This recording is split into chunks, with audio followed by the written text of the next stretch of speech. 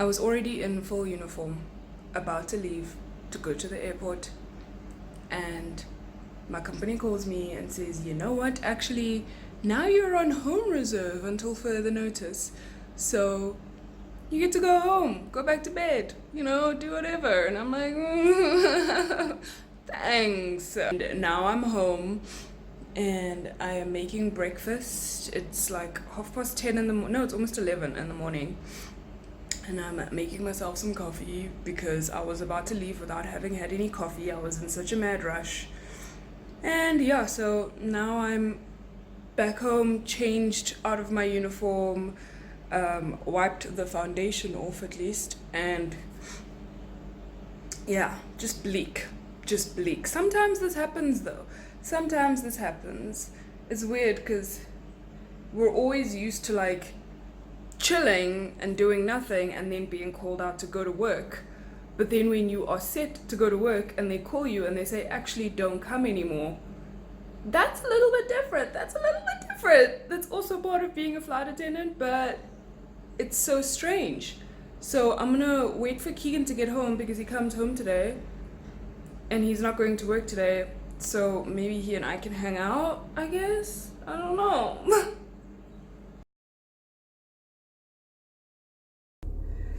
Hi guys, I know I look like kind of a hot mess, but I have been inside all day doing I did laundry. I did weekend laundry, so I feel like that was very productive.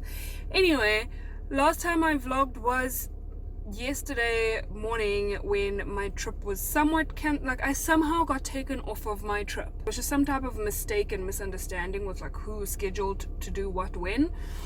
But they have corrected it as of today. So as of tomorrow, I am going back to Zimbabwe.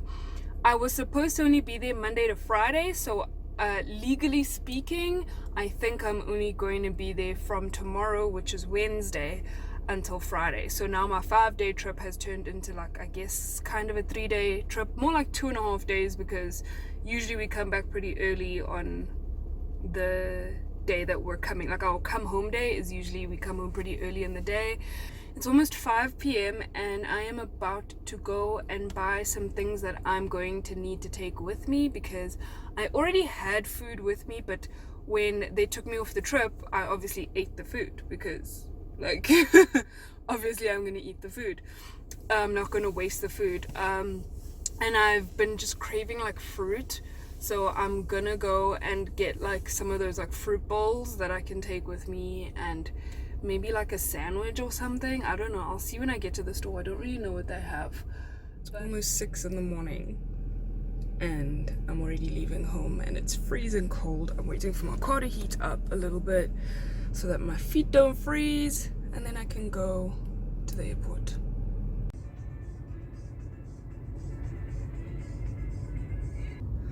Hi guys, so it's 6:30 and I'm already at the airport.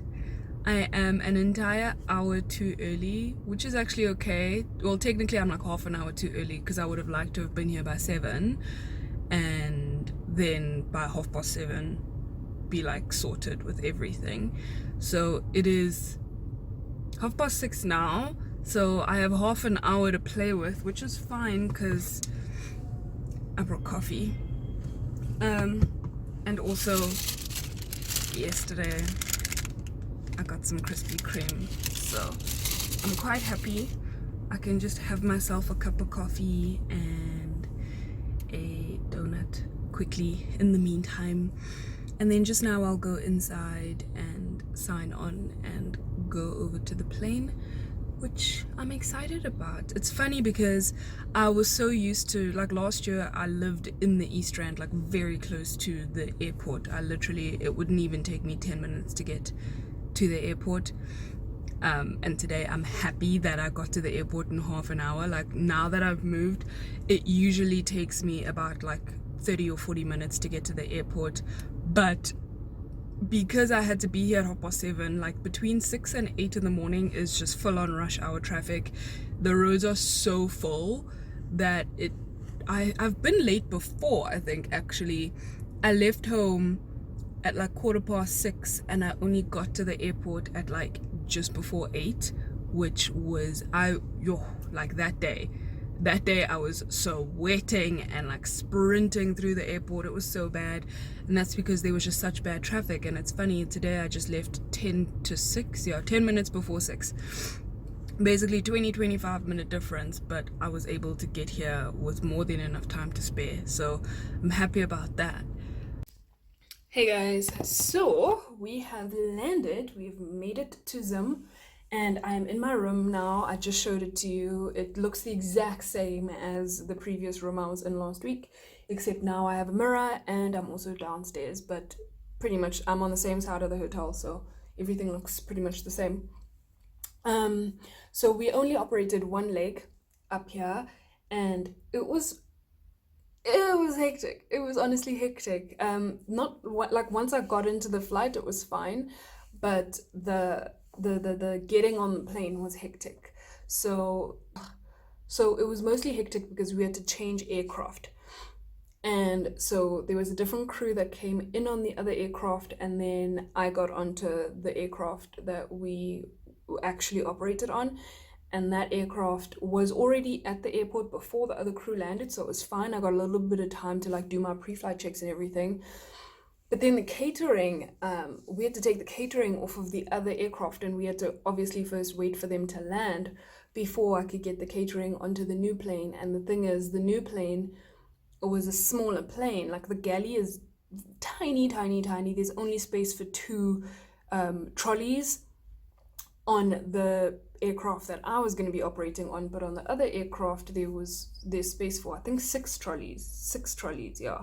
So I had to get onto that plane. I had to wait for the passengers to get off of that plane, go onto that plane, and try to get all the catering squashed down into just enough for 2 trolleys. And the thing is, in our galley there's like the trolleys and what you put in the trolleys, but then there's also like tea and coffee things that are on like different trays and different little like cubicles of the aircraft. There's like other things that you might need, like dry things like serviettes and spoons and cups and that kind of stuff. So I had to find space for that.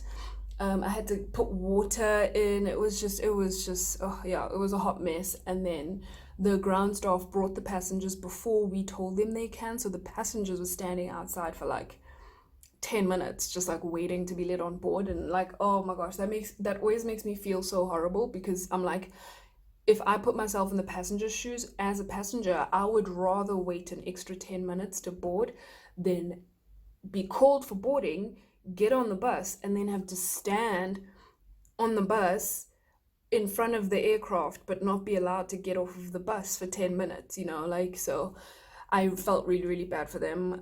But they were all like so sweet to me, and they were in such a good mood. They were just excited to be on their way. So I was relieved about that, but I did apologize to all of them. Like as they were boarding, I was like, I'm so sorry I made you wait. I'm so sorry I made you wait, because I feel terrible about it. They weren't supposed to be waiting that long. Like, granted, I didn't say that they can be boarded, which is what the ground staff is supposed to wait for, but I know that they also have their own operations and their own way of working, and sometimes this type of stuff happens. I'm just glad that I wasn't like the fall guy that everyone was just, venting to or complaining to or anything like that. So nobody was negative towards me. They were actually like mostly just very jokey and like chilled about it. So I'm happy about that. See you later. Bye.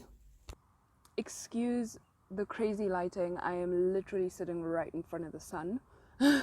So if I look a little bit crazy bright, I'm sorry about that. I'm just sitting outside getting some sunlight because my room is absolutely freezing. I've been sitting in my room doing nothing since we got here, because today is like kind of my rest day. My body is really pretty sore from the last few days working out. So yeah, I've just been chilling, not doing much in my room, watching Property Brothers and House Hunters. I love watching that. So now I've decided to take a walk outside and get some sunlight, and the sun feels really, really lovely right now. I found a big old tree, a big old beautiful tree. I have no idea what type of tree this is, but nice big tree that I'm sitting under, and I'm just enjoying just the last little bit of sunlight. It's like 5 p.m. right now, and I'm gonna go back inside pretty soon. I just really wanted to come out and get some warmth. I still don't understand how to use my aircon again, but isn't that always the struggle? Hi there, guys. So it is about 1:30 in the afternoon. What day is today? Thursday, I think. We did fly this morning. Our sign-on was at 6 a.m. and we just got back to the hotel now at about 1 o'clock. And the flights themselves were really, really good. I did 4 flights. The third flight was seriously full. It was, every seat was taken. And then on my last flight it was only like 18 or 19 passengers. So that was awesome. But yeah, my passengers today were just, my goodness. I feel like I'm so lucky when I have like just 4 consecutive when I have 4 consecutive really good, really pleasant flights. I am not a morning person, but I really make an effort to, you know, smile, crack a joke here and there, and make people have a good flight experience. And when they do the same back to me, it makes my day that much better. So today was an overall really good flying experience. We were about half an hour early the entire day. So yes, I'm going to the fruit and veg. I don't particularly need anything. I'm just walking just for the sake of walking there, honestly. And every time I come here, I generally don't get out, and I feel like even if I at least walk to the fruit and veg, I'm doing a good job. So that's what I'm doing.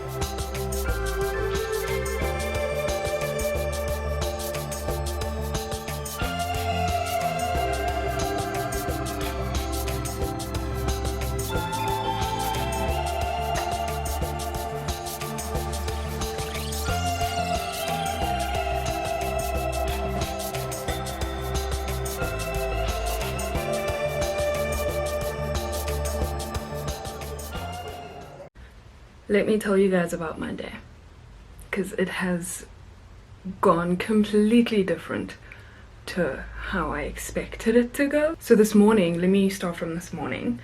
This morning we did our flight. I woke up a little bit later than I thought I would, so I rushed, but it was okay. We were on time and we did just 1 flight down to Johannesburg. It was a really good flight. My passengers were so calm. Most of them were fast asleep, which was great. And the rest of them were very pleasant. So it was a good flight. It was fine. And then we got in Joburg. I got to the airport. I went to get a coffee from Capello's because it was still like 8:30 in the morning, and I was just like, what am I gonna do if I like come straight home right now? So went and I had a coffee and breakfast, and I just hung out there for a little bit, and then I decided, okay, I'm gonna come home. Found my car in the parking lot, got in the car, started driving home. There's this busy intersection called Galuli's in Johannesburg that I have to take on my way home. During peak times it's usually pretty full of traffic, and also Fridays, just because it's a Friday, I guess, it's also pretty busy majority of the time. And so there was like a steady but like full bit of traffic there, and there was quite a lot of traffic. And I am just chilling in my lane, going, and then next thing I just hear boom, and I feel my car like being moved to the side. Guys, this truck driver decided that he wanted to change lanes, come to the left. And I know for a fact I was not in his blind spot, but he just came right in, no matter, he just, and then the thing is, my car is small, and this was like a really big truck. I don't know what it's called. I'll insert a picture if I can find like an example picture of this truck. And my car is really, really small, so it was kind of like he was just like pushing me aside. Pretty much just that simple.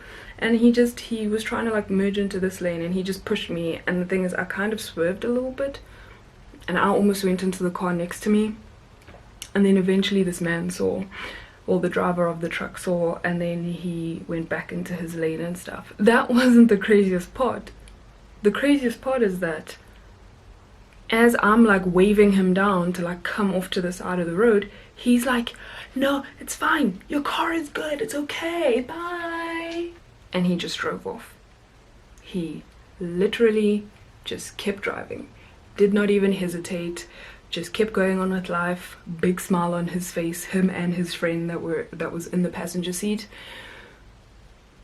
I was a hot mess. I got to the side of the road and I called Keegan, and I like started bawling my eyes out, because it's just like such a stressful thing, and it's such a like a shocking thing to go through. I think like no matter how severe or how like minimal damage it might be, it's still something that you aren't expecting to happen, and you know can go a lot worse. So it was just, my emotions were just everywhere.